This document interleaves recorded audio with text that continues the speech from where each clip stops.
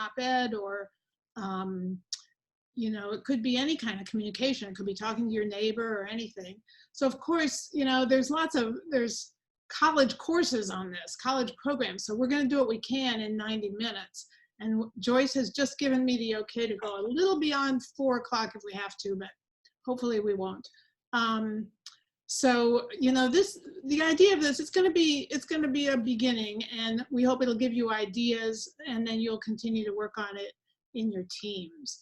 So anyway, I'm Susan Dirksen. I'm a former newspaper reporter, and then I was communications director for Center on Policy Initiatives, a local nonprofit. And Roxanne? Yeah, and I'm Roxanne Cobbs. My background is in advertising. I've worked at creative agencies in San Francisco, managing client relationships and developing campaigns and content for a wide range of brands. So a little bit more of what we're going to do today. We've got a presentation that we're going to take you through. We'll go through those slides, and then we've got some participatory activities towards the end. We're going to work on a message together. So we'll do a group brainstorm, and then break into smaller groups to craft messages for the public policy team. That is going to be the best part, and we really hope nobody drops off during the breakouts, because this is where we're hoping to be of the most help. And then just some housekeeping. While we're going through the slides, we'll have everybody muted, but if you have any questions, please definitely pop that into the chat box, and we'll hit those before we get into the group brainstorm. And so if anybody has technical issues, you could please address Amanda in the chat box. She's here to help us through this. So we're going to really try to end at 4. So let's just dive into it. I think, Roxanne, you're going to. Yeah, one moment, y'all. I'm learning the screen sharing capabilities of Zoom. Are there any questions about what we're doing while she's doing that? Oh, I guess everybody's muted, right? Hi, can you hear me? Yes. Hi, I'm Rami. How's it going? Good. I just got off the phone probably like a couple hours ago with Sada, and yeah, I just wanted to introduce myself. It's my first session. I'm new. Welcome. We're gonna I'll start to explain what we're gonna do at the end when we have breakout groups to work on messages. We've already assigned you into breakout groups, and some of you will find that you're in a group with a we're about ready. You're in a group that is not the topic that you normally work on, but in that case, you are doing you have a really important role as an audience to help give feedback for some of the message ideas. So anyway, we'll get to that in about. The deck. Does everybody see the beginning of the slide deck? Okay. Yes. Yeah. I'm gonna assume you all do. Okay, so let's hit the next one. All right, so let's start off with why we're doing this. So in SanDiego350, we all have lots of things we want to tell people about, so why not just tell them? You know, why do we have to spend time tinkering with the words? There are a lot of reasons. Here's some of them. First of all, just giving people information is almost never enough to get them to act. So this has been proven by lots of research and also experience, but we need to persuade people to do something, right? Whether it's join us, vote for something, maybe donate. So we need, in order to change behavior, we need messages that really engage people and that they can understand without trying too hard, without having to work at it. If you're communicating with somebody and you can't get them to listen to you, or if they listen to you but they don't understand you, then you've not really communicated with them. So we need to have messages that really grab people and that's very easy for them to understand. Also, we need to trim down our messages. If you overwhelm people with too much new information, none of it gets through most of the time. And finally, we want to have well-crafted messages that we can repeat consistently to drive home the point. So in this graphic, you see different people talking about something in slightly different ways, and pretty soon it leads to confusion and people aren't quite sure what they're talking about. So the next slide. Oh, hit it for, yeah. So here's a very nice quote on the value of information. Information is not entirely inconsequential, but it is much overrated as a change agent. People are more likely to be motivated by prior beliefs and values. And that comes from a book, Creating a Climate for Change, that summarizes a lot of research on climate communications. So for instance, you know, one value that engages a lot of people is financial incentive. What's it going to cost me? You know, how much am I going to save? And another example, one study showed that Americans see fossil fuels as the basis of a comfortable, familiar life, and they consider clean energy unproven and unreliable. So to really engage and persuade people, we need to address those kinds of beliefs and values that they already have. And click it. So here is an illustration of that. So this is you speaking on top of this giant bubble of what you want to say. And it's all very important. And as you can see, you're very excited about it. But then there's the listener who has this whole universe of things that they believe and that they value, that they worry about. And unless you can find that overlap that's relevant to them, you might just be putting them to sleep. So another quote related to that: instead of cramming in every bit of information you want to share, consider what the reader needs. And this one really resonates with me because I do this all the time. I think it's a natural urge, especially if you're really excited about something, you just want to try to cram in everything when you're telling people about it. But that's actually often counterproductive. So we need to try to suppress that urge and focus on what the audience really needs in order to persuade them. Okay, we're gonna, oh, by the way, I think, did we forget to say, it's, if you have questions along the way, just type them in the chat, and we'll do that when we, after we get through this presentation, we'll go to the questions. Okay, so how do we actually develop all these effective messages? This slide just shows you an overview. You want to start by thinking about your team's overall goals and how communicating with other people can help you reach those goals. So what is it that you want your communications to do for you or to achieve? And out of that, you can develop your core message. What is the most important thing for the audience to know, and how do you want everybody to be talking about it? And try to focus it down to one or maybe at most 3 most important points. And Roxanne's going to say a little more about this in a minute. So then finally, once you know your main message, you can create different versions of it for, you know, of course it's different if it's on Instagram or if you're giving a speech or a news interview or you're having a lobby visit with a legislator. And so you have different audiences and different platforms, but you can maintain consistency of your message while you're tailoring it to the situations. So Roxanne? Yeah, so what's your core message? As Susan spoke to, the first thing that you want to identify is your communication goals. What is your objective? And then from there, you can drill down and develop that core messaging. And when you're thinking of your core messaging, there's several components to think through. One being, what is the most important takeaway? What does your team most want to know about both the problem and a potential solution? And we always want to try to include a potential solution, you know, wherever possible, because that gives people hope. Secondly, focusing on just a few key points per message. And you're going to hear us kind of talk about this a lot. But the point being is you want to cut to the chase, you want to be direct, and by just narrowing down on a few key points per message, that's really going to help the audience to focus and have a clear takeaway. You know, nothing really totally gets through if you're overloading folks with a lot of information. And then lastly, you know, what do you want people to do? What's your call to action? So when you're thinking about that, you want to keep your message focused on making the case for that call to action.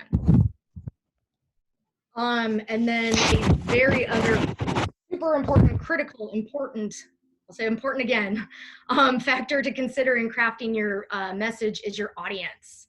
So you want to know, who is it that you're talking to? How can you understand them? And so when you're identifying who is it that we want to reach, think about what matters to them and how your message can tie into any existing values and beliefs that they may have.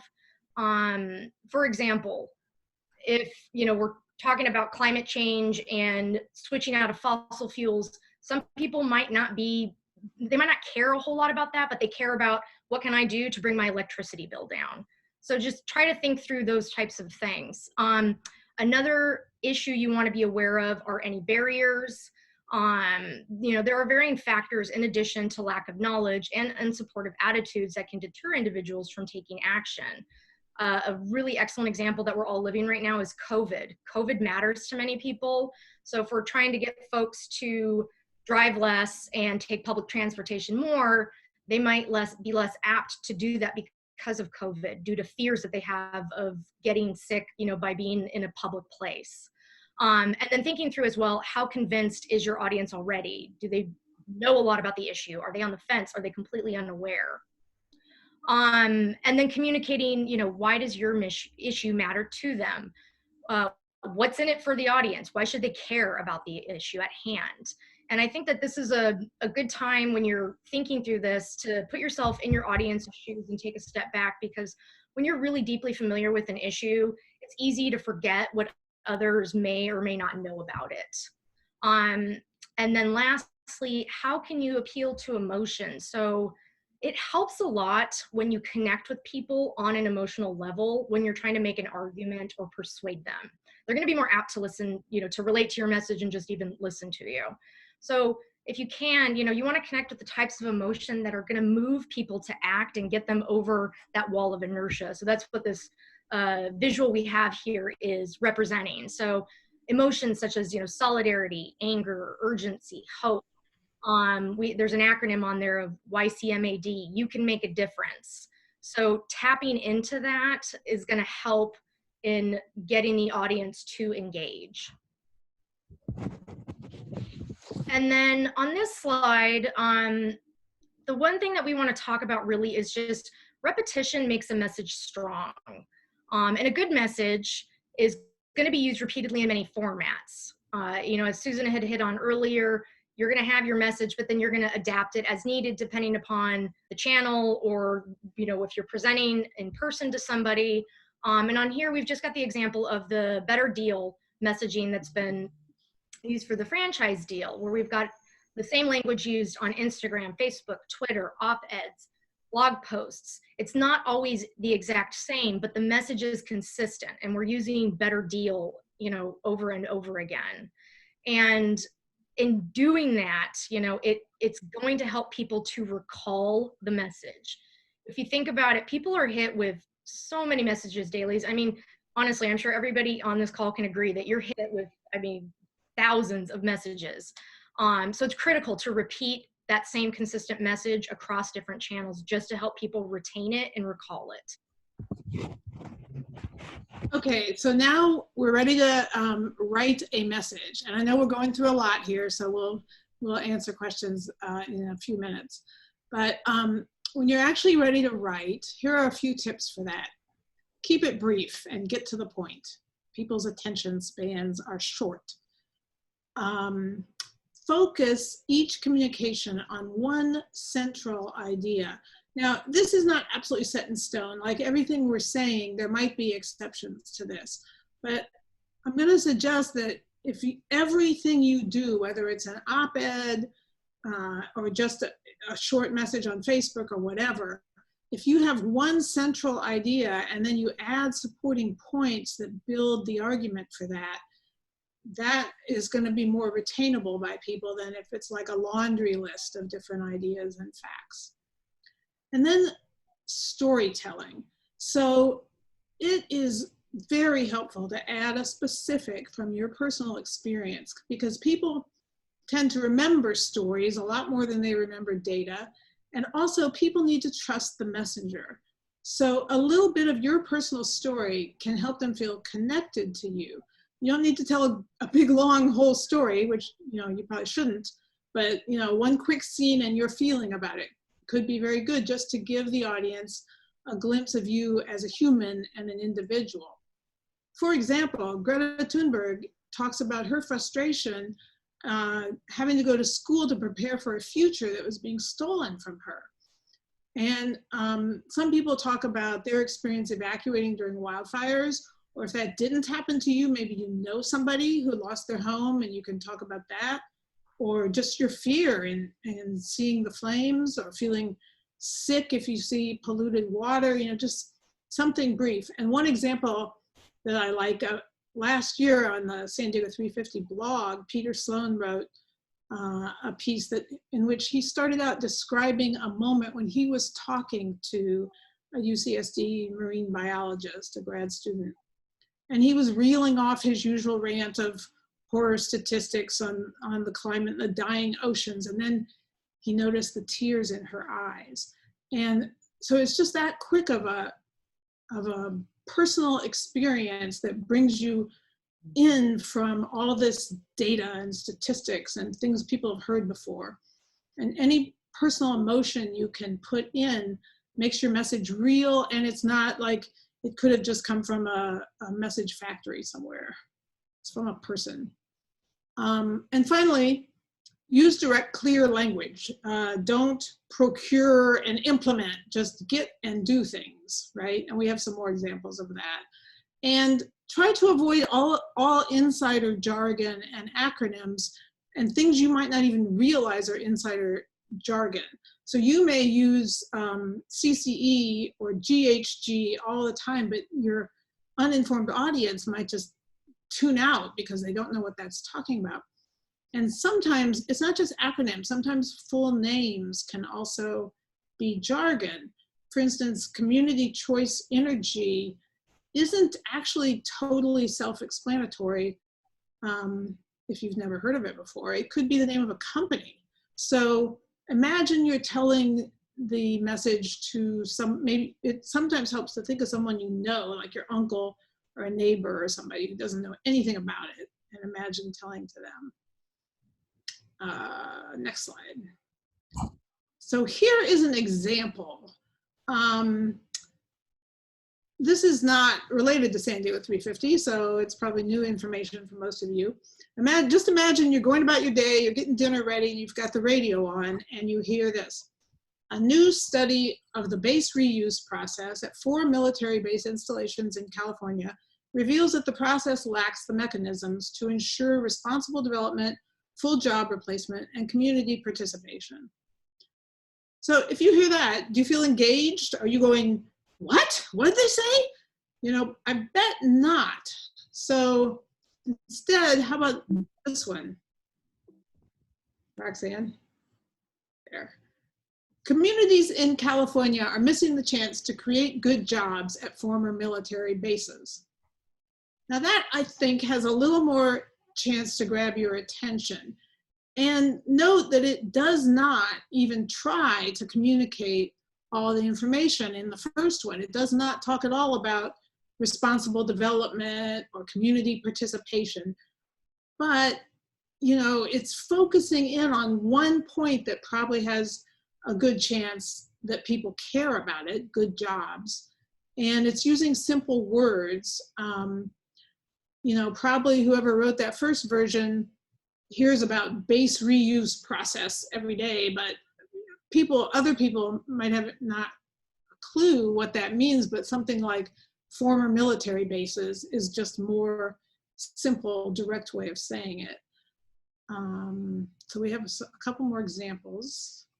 Yeah, so to continue on that thought of simple words, we've got an example here. Implementation of a community choice aggregation program would enable local government control of electricity procurement, drive higher rates of clean energy, and enable local build out of clean energy projects. So for some folks reading this, they might not completely understand what this is saying. So another way that you could say it with simple language is, with the community choice program, San Diegans could get cleaner electricity and support local green jobs. So by just speaking about an issue in simple language, it's going to help avoid confusion on the part of your reader. And then another way you could look at this, by taking it even a step further, is seeing how you could get even shorter and a little bit more punchier with your language. So another before and after. So the before being, San Diego currently has one of the highest energy rates in the state and below average percentages of clean energy. So it's not bad, it's short, it's direct, it's focused. But what's another way we could say it? San Diegans pay higher utility prices than most Californians for dirtier energy. So by taking it a step further, you're essentially looking at how you can write like you talk. Of course, you want to have grammar and make sure your language is appropriate, etc. But by writing like you talk, it flows a bit better, and it's going to engage people, especially when you're using a little bit more provocative language and being less technical or academic about something. And then lastly, once you've developed your message and you're feeling good about it, the next thing you want to do then is you want to prepare and you want to fine tune that. So I think, most of us have heard the saying, writing is rewriting. And that's what you want to do. You want to practice reading your message out loud, particularly if you're going to be presenting in person. Practice reading out loud many times. Get feedback from somebody who knows nothing about the issue. Share the copy with them, read the copy to them, and make sure your listener is not hesitant to tell you if they don't understand. And by doing both of these things, it's going to help you with editing your content down to, as you read it out loud, as you share it with other people, you can see how you can shorten your sentences, use simpler words. It's a good way just for a gut check to see how you can improve and optimize what you've already written. Okay, so we're almost done here. I gotta say, this is weird since I can't see any of you, but I hope you haven't all tuned out, but we have been talking so far mostly about crafting core messages. I'm just going to talk a little bit here about various ways to structure a full communication around that message. So here are two common message structures. The first one, values, problem, solution, is particularly good for a written argument, or if you're giving a speech, or even like a 1-minute testimony. You connect with the audience values and emotions, state your problem or your concern about the problem, and then describe your hope for a solution. And it doesn't necessarily have to go in exactly that order. Your connection with the values could come in when you're describing the problem or something. So I have an example of this. If, let's say, I'm giving my 1-minute testimony at City Council, and I say, I've lived in my neighborhood for 20 years, and I've watched kids here growing up since they were little babies. Now the traffic is worse, and I see them out biking and walking where there's no sidewalk and the lighting is bad. And now some of them even have their own babies. So I'm here to ask you to fund bike lanes and lights so that we can keep these children safe. So that is just a quick example of a testimony at City Council that doesn't really give you much information, but it has emotions and some personal experience, and it's probably more likely to persuade the listeners than a big pile of safety statistics. And of course, you might want to have someone else on your team give a couple of safety statistics, but it's good to have that kind of a personal emotional connection. And I hope you can see that I sort of stated the problem, and my solution was to fund some bike lanes. So then we have the message triangle, which we're going to spend some time with here. The message triangle is great for when you want to be ready to talk about your message anytime, anywhere. And the basic idea is you've figured out what your core message is, your main point you want to make sure everybody takes home in their head, and that is in the middle, in the triangle. And then you carefully choose 3 supporting points. And 3 is not actually a magical number, but I guess there was some research that that is about the most people can comfortably remember, meaning you can remember them to speak it whenever, but also your listener, you don't want to give your listener too much more than that, because you want them to be able to understand and retain what you're saying, as we've been saying. So let's go to the next slide. Here's an example of that. So this is an example using community choice energy, which we've already won, yay. But back when we were fighting for this, the core message in the middle is all San Diego residents will benefit from a switch to community choice energy. That's what we want our listeners to believe. So 3 possible supporting points are: a public alternative to the energy monopoly of SDG&E will get us to 100% clean energy faster. A statistic, community choice can save a family of 3 $120 on electric bills. That's what it was at one point. And then a bit of a personal story. Customers win if SDG&E has to compete in the marketplace like my small business does. And then you could expand on that about what small business you have. So the beauty of the message triangle is you can jump around to any of these supporting points in any order as you're talking or as you're being questioned, whatever seems appropriate. And it's a good idea to have different types of points, like not all 3 of them are a statistic. So, you know, and to have one of them be a little bit of a personal experience. Okay, we're gonna stop and take questions, and then we're gonna try a message triangle all together. If you have questions, yes, oh, I see a question, will we share the slides? Yes, we will. So if anybody has questions they wanna put in the chat box about this, and then we have about an hour together still, and we have a lot of things to do. So we hope that everybody will help us during these breakouts about with, you know, trying to just be aware of how much you're talking and making space for other people. So I am not seeing questions. So everything was very clear, or we put you to sleep?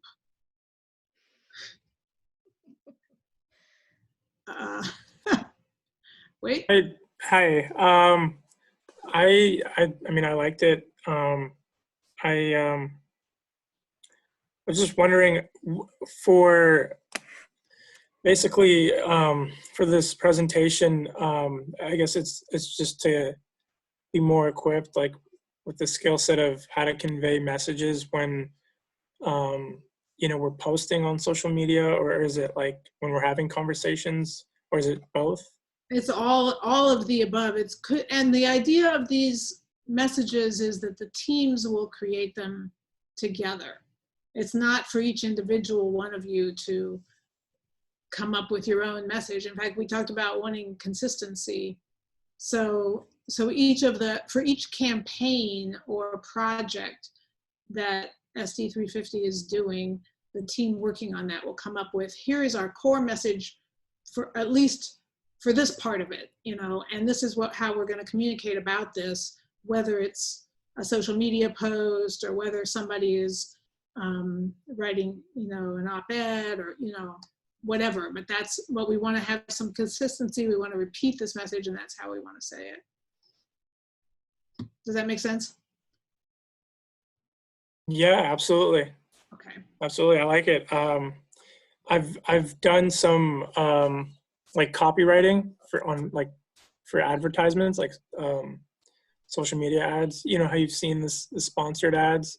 So a lot of the stuff here resonated with me, and it works. The problem solution, you know, the grab the attention and then introduce the problem solution, and then the offer, the call to action, you know, what we can do moving forward. So yeah, it's really good stuff. I mean, it's an art form. So like you were saying, the facts are great, but it doesn't really capture people's emotions when you're just. Thank you. I got a couple other questions here now. So Paul is saying will your focus on 2 to 3 main points limit the members of a coalition you may be trying to form? Paul, do you want to ask that question, or you want me to just maybe elaborate on it? I guess I'm just wondering if you're trying to reach out to a bunch of different people, and they Paul, you can stay out. SDG&E, can you hear me?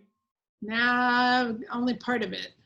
Oh, so if you have a fairly large, or you're trying to form a coalition of different groups, so some people may be more interested, like you said, lowering the bill, or environmental justice, blah blah blah. So eventually, you're going to get to a point where some of the people you were talking to, they'll have issues outside of your 3 main issues. So that's true. I think that the answer to that is you do adapt it. You can make different versions for different audiences. If you know you're going to talk to an audience that they have a particular concern, you would absolutely build that in. But you want to have some consistency with, we've come together as a team and we've agreed this is what we're trying to do. And here's how we're going to tell the world what we're trying to do. And we don't want it to be, one group in the coalition hears one thing and the other group hears something totally different. And then they come together and they're like, what? Right. So I think that it does. I think you're absolutely right. You have to adapt to the audience, but within keeping some consistency. Okay. So thank you for that. And then I have another question that, what do we say instead of community choice energy? So if you look at this example, which I think you can all still see, of the community choice energy message triangle, I sort of tried to do that in the the circle on the left, a public alternative to the energy monopoly of SDG&E. I mean, you can think of, I'm not saying you don't say the words community choice energy, you absolutely have to, because that's the name of the program you're trying to get everybody to support. But you also try to give a little explanation of what it is, something like that. Not replace it, but add to it with an explanation. Okay, Scott says, you say 2 to 3 points, so you have 3 triangles for each. So I meant one triangle with 3 evidential points for each point. I'm just trying to get the difference between the points and this triangle. Is this 1 point here? So this triangle, the thing in the middle in the triangle is like the core message, and the things around it are the supporting points that build an argument for that core message. It's, the shape is only because I think, I didn't invent this, but I think the shape of the triangle is simply because it's 3. And so you have one core message, but you're not going to just say, unless it's a slogan that you're chanting, you're not going to just say that one same thing over and over. You're going to want some supporting points that back it up. Does that make sense? Yeah, it's one basic core message with 2 to 3 points. I'm just trying to get that under control. Okay, thank you. Sure. Roxanne, did you have anything to add to any of that? Did I skip anybody's questions?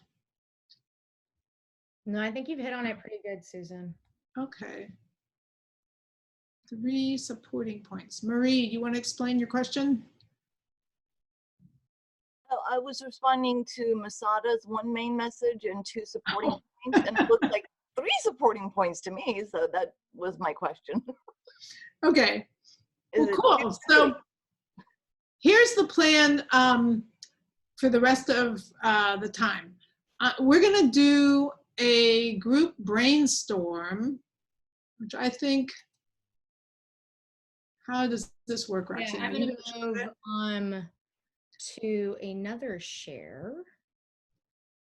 So, here, let me get mine. We're going to do a group brainstorm of coming up with a core message on the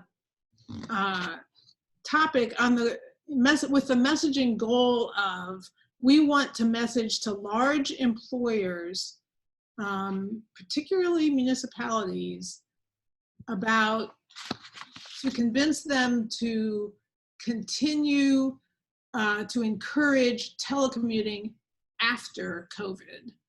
And particularly municipalities, because they can be models for other large employers, right?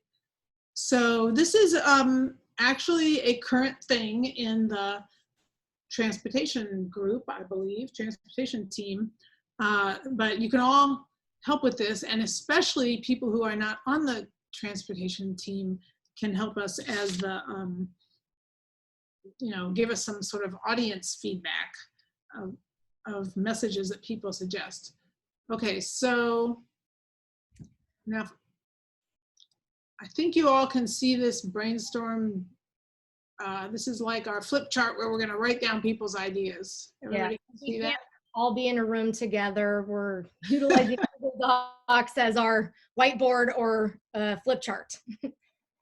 So I think, first of all, we need to do this together. Everybody can unmute yourself, or did we decide we were going to have hands? Maybe we should have hands in the, put an asterisk in the chat if you want to talk. How about that? So that everybody isn't talking at one time. And so the issue here is that, many people are working from home now, but when the pandemic is over, there'll be a big push for people to go back into their jobs, which of course means more cars driving around. And so many employers are going to want that, because a lot of employers are concerned that their workers are going to be more productive, accountable, and happier if they're actually working on the premises. So what kind of message could we put out there or give to employers, and particularly municipalities, to convince them to build a culture of continuing to telecommute? Any ideas? Marie has an idea. Well, first I would debate that point about people being more productive and accountable in the office. I mean, studies have indicated otherwise. And I would say that you get employees that are happier and more productive from home. That's good. Rita has an idea. I think Maybe Roxanne, you can help me type.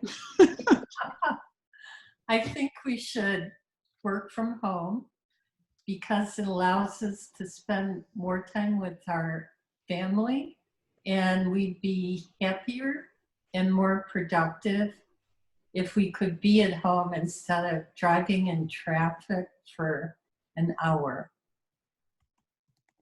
That's great. And Joyce? So cities have climate action plans and they need to reduce their greenhouse gas emissions. So having people work at home and not commute will help achieve the climate action plan goals. Okay, that's great. Thank you for typing, Roxanne. Larry says reduced pollution benefit was evident during, so COVID showed us a reduced pollution benefit. That's good. Alex? If people on commuting then it allows for faster transportation of people who cannot stay at home, who have urgent need to go elsewhere, allows for more businesses to have faster and higher shopping percentages because people can go from their houses to those destinations faster and there are good traffic jams. Oh, that's interesting. So you're saying more people will actually be able to get out and shop because there's less traffic? Is that just that? And, it would allow people to go get more work done because they're not spending as much time in traffic. They're able to wake up and essentially have everything they need to do their jobs right there instead of spending all that time. And the higher productivity will be because they have more time both for their families and for their jobs and everything else. Great. Okay, Scott Murray. Allowing employees to work from home will save you money because you won't need as much space for employees. And that's really important during a time when you have less in sales or revenues coming in after this pandemic. Excellent. And oh, we already got Scott Kelly's typed up there. Wendy. I actually was going to say much of what Scott just said. I would just simplify it saying telecommuting saves time and money.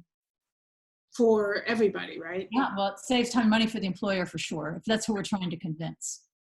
And is Rami, am I pronouncing that right? Yes. Yes, thank you.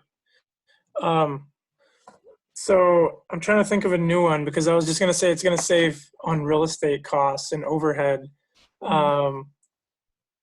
Yeah, do I have another one? I could say like, I think we've mentioned it already. Just spending more time with family. So that's a plus for everyone. Okay. Well, you can come back if you think of another one. Cool, So Ariel says in here, should we consider this from the employer or company point of view? Yeah, the employer is our audience here. So we definitely want to consider messages that are going to influence or persuade the employer. So she's saying less healthcare cost, reduce overhead. Okay.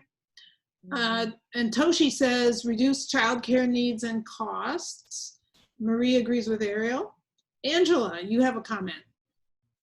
Yeah, so first, can I clarify, we're talking about city governments encouraging like businesses within the city to do. Well, I think we're talking about city governments doing it themselves and serving as a model for, because city governments are large employers themselves, right? Okay, then my comment that I was going to make doesn't apply. So. Okay. Elizabeth, what are you saying? We need to change number 2? Oh. It was home and I added it. You've done it. You've taken care of that. Excellent. Okay, Maddie. Yeah, I was going to say that employers will be saving money on heating, cooling, electricity, and then ergonomic and office furniture, as well as like building use and deterioration is likely to slow down as fewer people are using the area. So maintenance costs will be lower. Great. And Wendy, you had another one? I did. I'm thinking more about it. The thing is, telecommuting offers a broader reach. I say telecommuting. I guess businesses could always do a teleconference with someone, but I know from my experience during COVID, I am able to attend a lot of different meetings all over the planet, which I wouldn't be able to otherwise. So somehow I'd like to encapsulate that concept as well. Okay. Okay, I'm going to wrap this up pretty soon. Oh, everyone please mute if you're not talking. That would help. So Scott Kelly says less traffic means the people who have to go to work will get to work easier and be more productive. That's a new one, I think. Alex says it allows for easier commute of essential workers who have an urgent need, allows for faster and higher shopping percentages because people travel from home. Oh yeah, we heard him say this, and cause less time spent in traffic. Okay. There's debate about whether childcare matters. Pia, you have a comment. Lower employee turnover. That's a good one. Lower employee turnover. B also has a comment. Who does? B. Oh, B, go ahead. Oh, hi. Sorry, I'm stuck in a private chat with Amanda and I don't know how to get out of it. But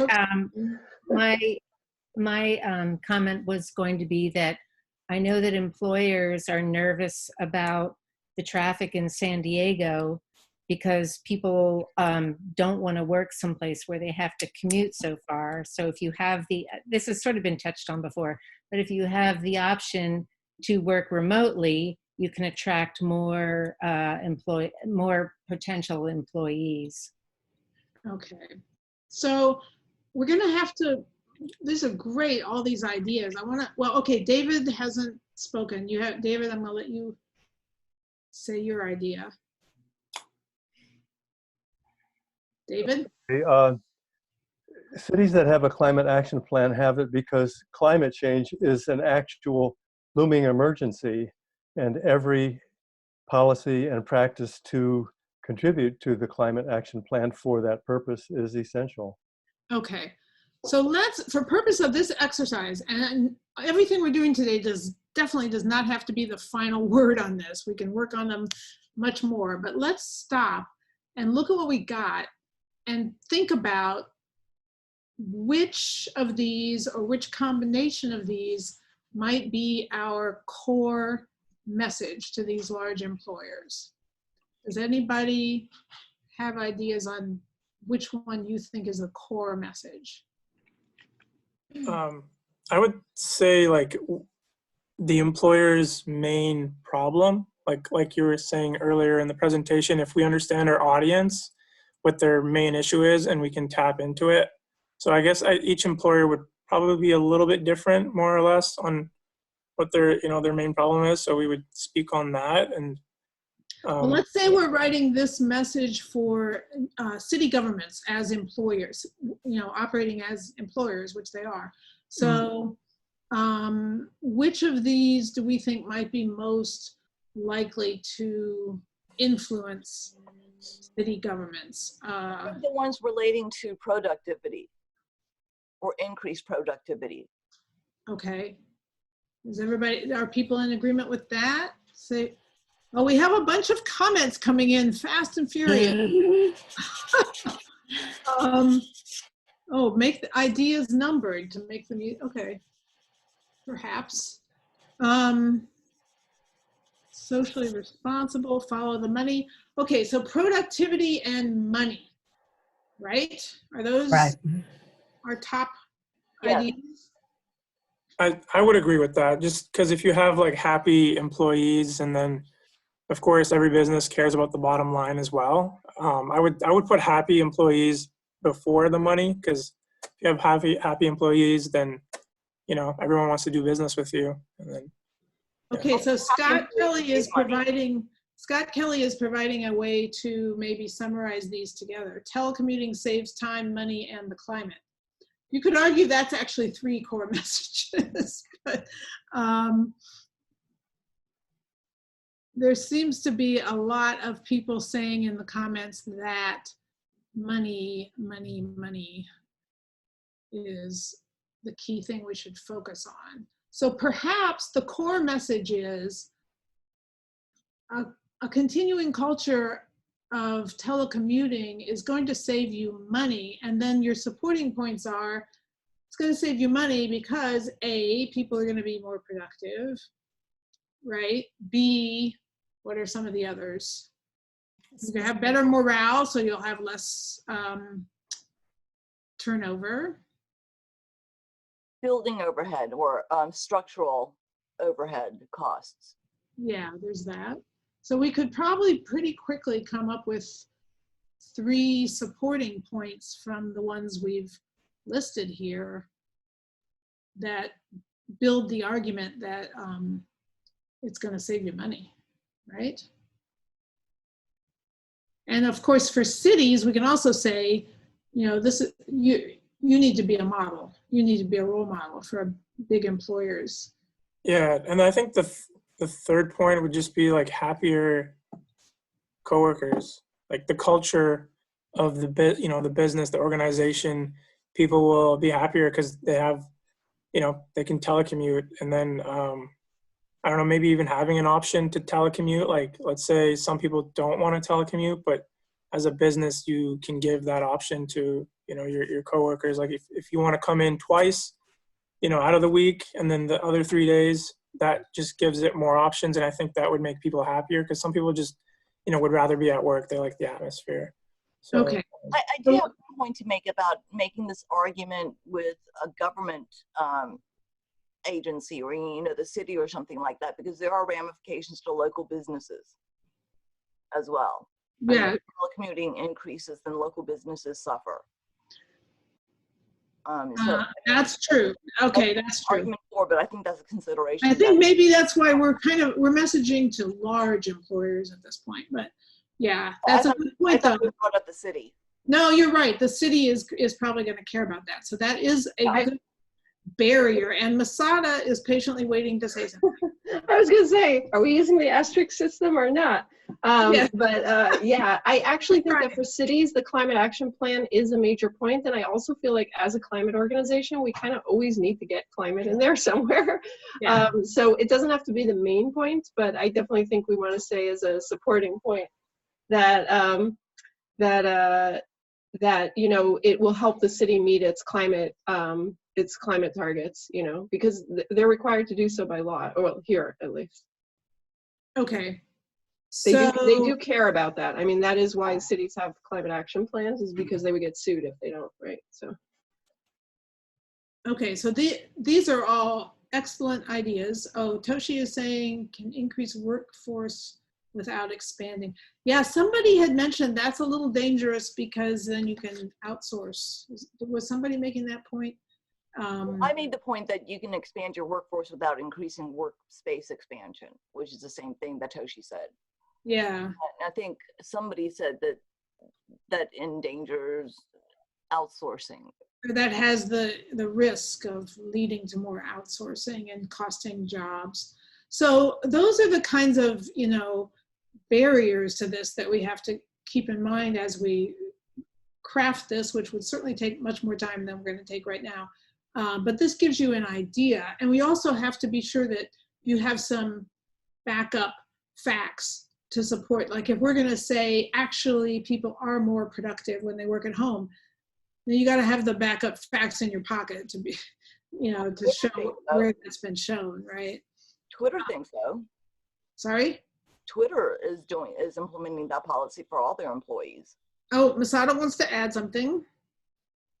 Yeah, I just want to say that like your main message doesn't cover everything you know about the topic. To just back up what Susan was saying, you're going to want to be able to respond. Like, you know, what I like to do with messaging is have a list of like, what are the questions that I anticipate people having, or what are the arguments I expect them making, and having good responses to those. But those don't have to be part of your like top level message, right? You would just have those on the side.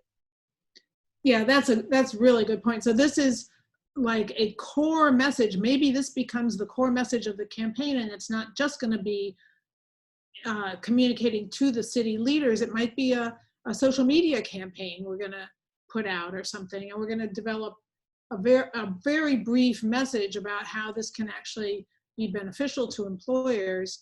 But then if we're preparing for a news media interview about it or something, we're going to have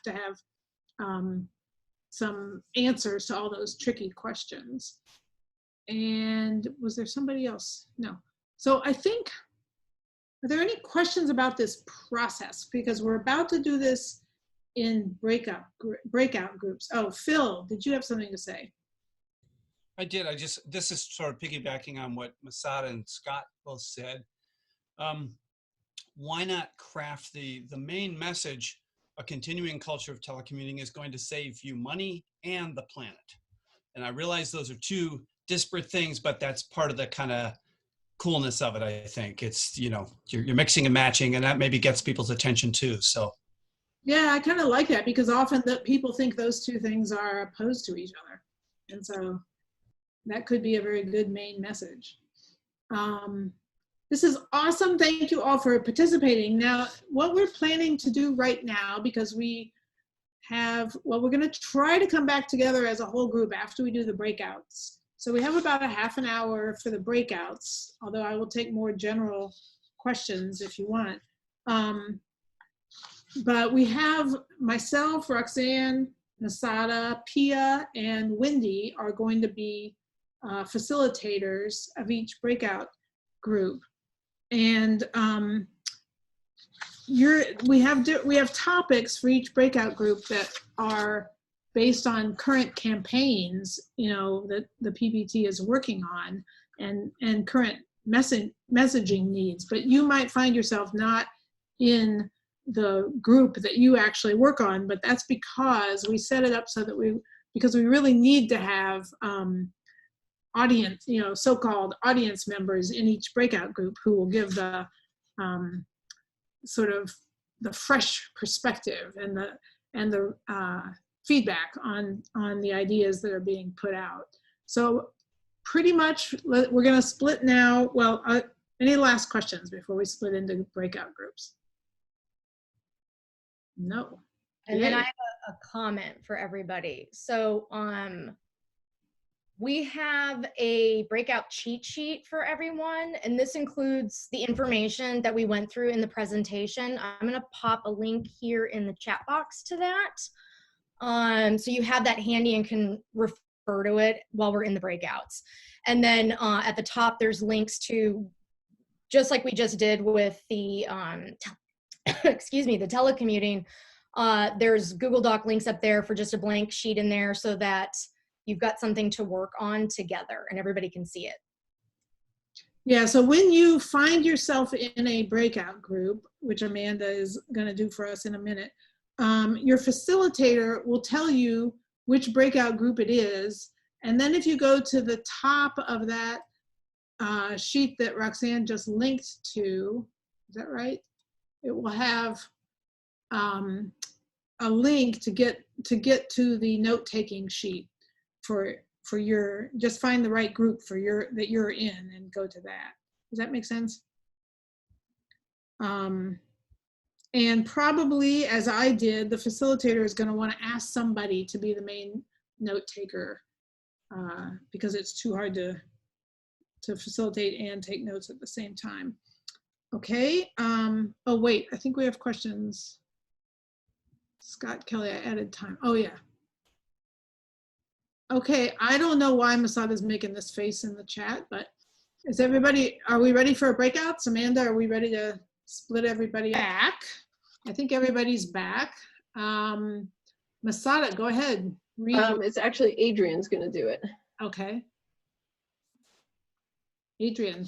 Okay, so I was with the group on plastics. So our top level message is plastics are harmful to people, animals, and the planet. Call your state legislators to vote yes on 2 plastics bills that would reduce single-use plastic. And our first supporting point is microplastics in the environment are in our bodies and harmful to our health. Second point is litter is destroying our beaches, wildlife, and natural spaces in San Diego. And our third point is increased plastic production is driving fossil fuel extraction and global warming. Does anybody want to give any feedback to that group real quickly? Okay. Let's go ahead and hear from the Wendy. Let's go ahead and hear from your group. Okay, David Harris is going to do this. Okay. Okay. I'm not finding our breakout sheet. So, but wait, Angela, if you're there, can you read it? That was a note taker, but go ahead, David. Yeah, I could summarize just that we had some great brainstorming about why people should participate in this climate action plan update process. And we wanted to emphasize things like the connection to coronavirus and how people are reassessing their lifestyles and their health, and all things like telecommuting ideas have come out of this. We're also talking about social equity and how the people being most affected by coronavirus now apparently also are the ones that will be most effective, the underserved communities, they will be most affected by climate change. And then we wanted people to really connect because they live in San Diego. There have been wildfires, there is sea level rise, you know, all these things will affect us. And in our messaging, we didn't come up with final messages. Well, we came up with a couple ideas, but we're still working on it. But we wanted to tell people they need to act now because the window of opportunity is closing. In these next 10 years, we have to take action. And we can do it here locally now through the process. So take the survey, attend the next meeting in August, and let your voice be heard and participate in this process. So David, you've put together an entire message there. What's your core message? Anybody on the team? I can read it now if you want. Thanks, Sam.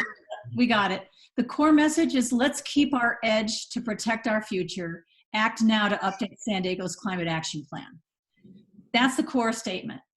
And then we had other points like we wanted them to, one point was going to be act, take the survey, attend to public meetings. We didn't wordsmith that.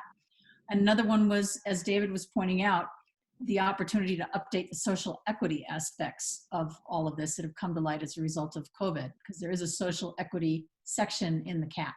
So that's how far we got. And Angela, thank you so much for taking those notes. Sure. All right, thank you all. Does anybody have feedback for that group? And David, good job, by the way.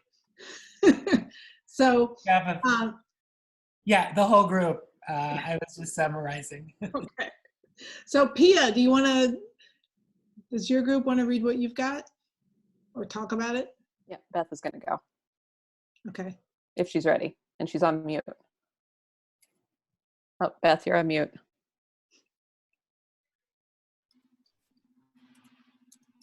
It's a problem. Okay. I think the main message here was that passing AB 345 basically protects public health, is an important step to protect public health and work towards our state's clean energy goals. So the main point is there are various studies that show serious health effects that people who live near oil and gas infrastructure suffer from. The second part is that this is going to help us transition away from fossil fuels and fossil fuel jobs to clean energy jobs. And the third is this law mandates public input and public participation for the people who are most affected by oil and gas infrastructure and will therefore protect their public health. That's great. Any comments on that one? Yeah, I would just, that middle one where it's transition away from fossil fuel jobs, I would probably eliminate that and just put create clean jobs. Because while that is true, there's going to be a loss. I wouldn't really focus on that and just say, you're going to create new jobs. Yeah, that's a little. Well, the law really won't create new jobs. But she's got a good point that when you're messaging it, you might not want to talk about people losing their jobs. Maybe it's going to create different kinds of jobs or lead to different kinds of jobs, right?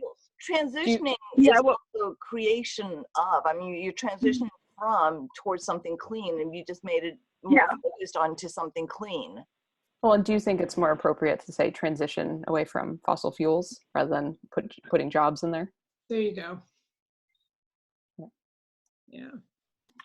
Okay, so all of us, I know my group did not get our messages wordsmithed, I have to admit. So all of us were doing this in a very quick 30 minutes, and I'm sure much more, wordsmithing and fine tuning is going to be helpful. Roxanne, does your group want to say something? Sure. We did not get into wordsmithing, but we did work towards a core message. Excuse me. Colleen, would you want to read it? Are you comfortable with that? Sorry, I know I'm putting you on the spot. Sure, I'll read it. Our core statement was, we want a new energy agreement partner that is fair to us, their customer, and fair to the planet. And we came up with 3 supporting statements. They have a monopoly enabling them to take our money with the highest rates in California and use it to give the CEO a $7 million compensation package during the pandemic and invest $770 million a year in frack gas schemes. SDG&E also dumped all renewable energy sources, and we need a partner that helps San Diego meet its climate action plan goals. Great. Any commentary on that? So I think that leaves my group. Oh, yes? Is somebody talking? Well, You said something, I think Sempra was the one who's been investing in more natural gas. And you said San Diego Gas and Electric was moving away from renewables?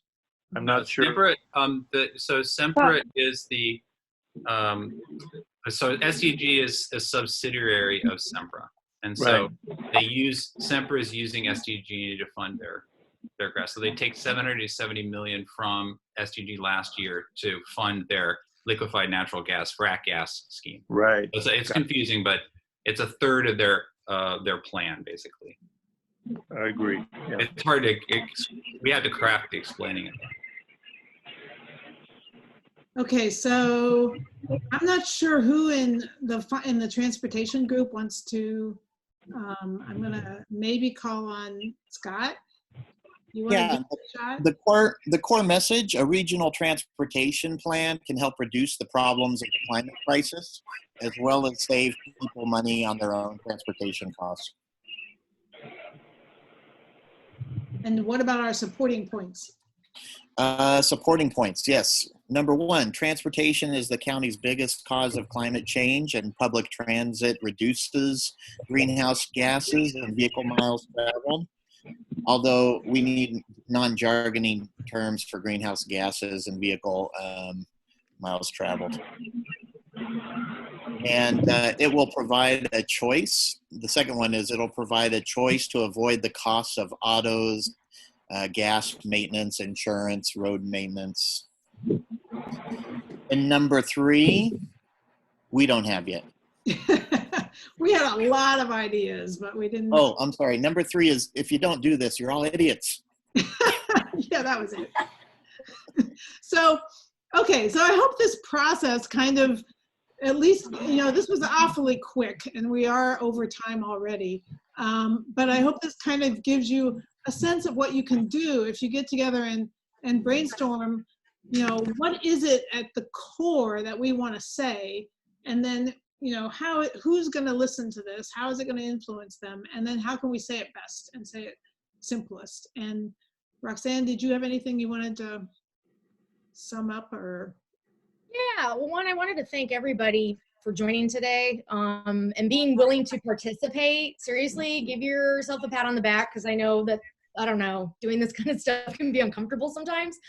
And then if, for folks that need help, there is a communications request form. I'm going to pop the link to that in the chat box here.